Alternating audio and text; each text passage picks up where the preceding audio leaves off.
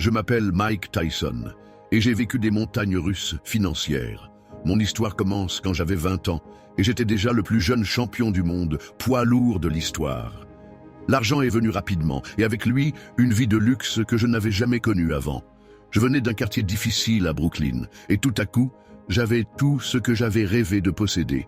Voitures, maisons, bijoux, c'était comme un rêve devenu réalité.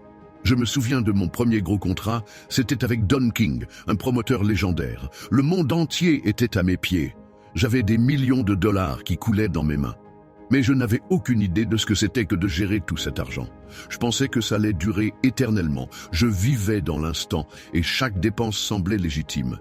Je me suis entouré de gens qui ne m'ont pas aidé à comprendre la vraie valeur de l'argent. J'avais des agents, des conseillers, mais personne pour me dire « Arrête Mike, fais attention ». Puis, il y a eu la folie du succès, une vie de fête, de dépenses excessives. J'avais tout, des voitures de luxe au tigre blanc dans mes jardins. À un moment donné, j'avais une collection de voitures, mais aucune idée de ce que ça signifiait vraiment sur le long terme. Je voulais tout de suite, sans réfléchir. J'ai acheté des choses qui n'avaient aucun sens, des bijoux qui brillaient, mais qui n'avaient aucune valeur réelle dans ma vie. L'argent filait aussi vite qu'il était arrivé. En 2003, c'est la catastrophe. Je fais faillite. Après avoir gagné plus de 300 millions de dollars au cours de ma carrière, je me retrouve avec des dettes colossales.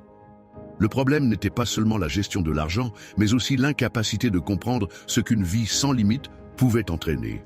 Le divorce, les mauvaises décisions d'investissement, les mauvaises influences, tout a contribué à ma chute. J'avais oublié que l'argent, tout comme la boxe, peut être impitoyable si tu ne sais pas le respecter.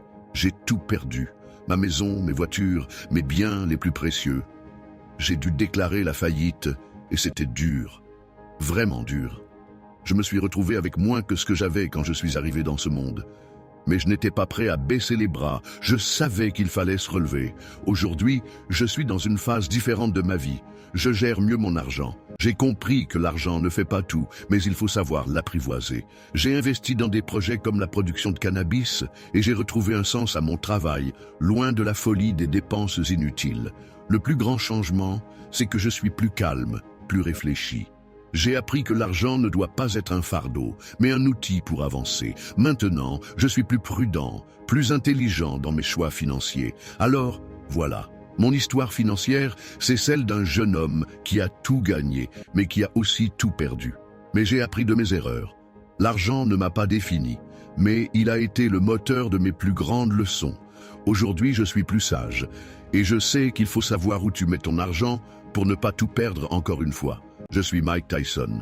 J'ai tout perdu, et maintenant, je sais ce que c'est que de vraiment apprécier ce que j'ai.